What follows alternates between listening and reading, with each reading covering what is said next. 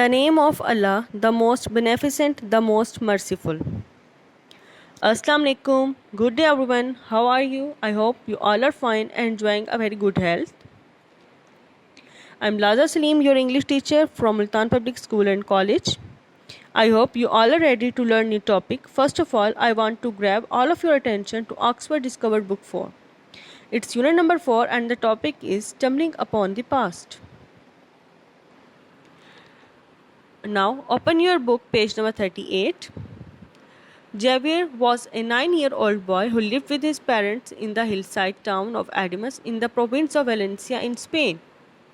He was curious and energetic boy. His favorite pastime was to explore the hills and open fields around his town. The neighboring village of Rideva, just 26 kilometers away from Adamas, was famous because of a great discovery there.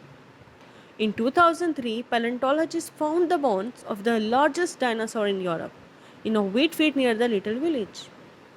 When it was alive, this animal was over 38 meters long and had the weight of 7 elephants.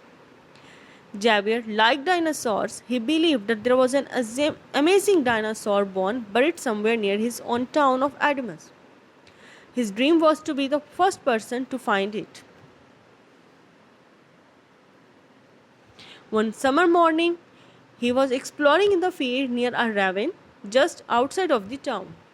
He looked up to see his two friends with a colorful kite. Javier enjoyed playing with his friends. He quickly forgot about his exploring and grabbed the string of the kite. Suddenly, the kite spun around and dove into the ravine. Javier ran down into the ravine. As he reached for the kite, his foot caught on something. He fell to the rocky ground with a crash. His two friends ran up as he rubbed his head. "Are you okay?" Pepe asked. Now, page number 39. "I think so," said Javier. He looked down at a rough grey object sticking out of the ground. "I tripped on that," he said. "It looks like a rock," said Fernando. Javier looked carefully at the object. "I don't think it's a rock," he said excitedly. "I think it's something else." Javier and the boys ran home to tell Javier's parents.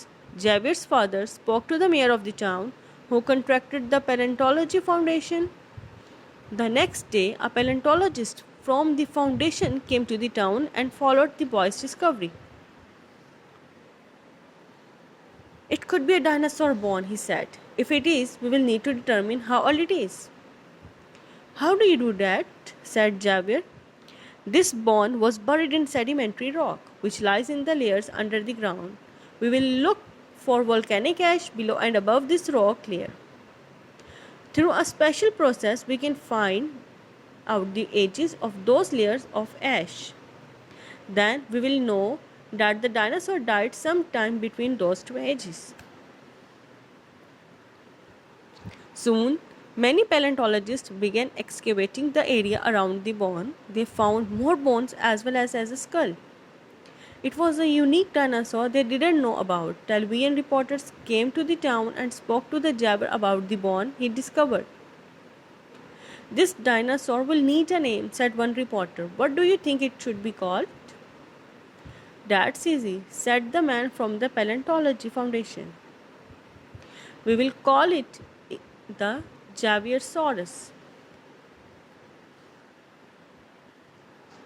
Now, here are some difficult words and their meanings. Paleontologist: a person who studies very old dead animals or plants as fossils. Sedimentary rock: a type of rock formed from sand, stones, mud, etc. that settles at the bottom of lakes or other bodies of water.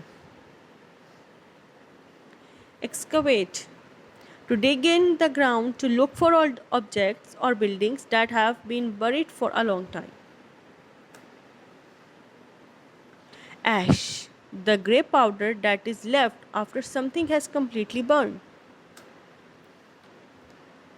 Ravine: a small, deep, narrow valley. Here is the homework for you. You will read this unit for 2 times and learn the difficult words and their meanings. Stay home, stay safe. Remember me in your prayers as well.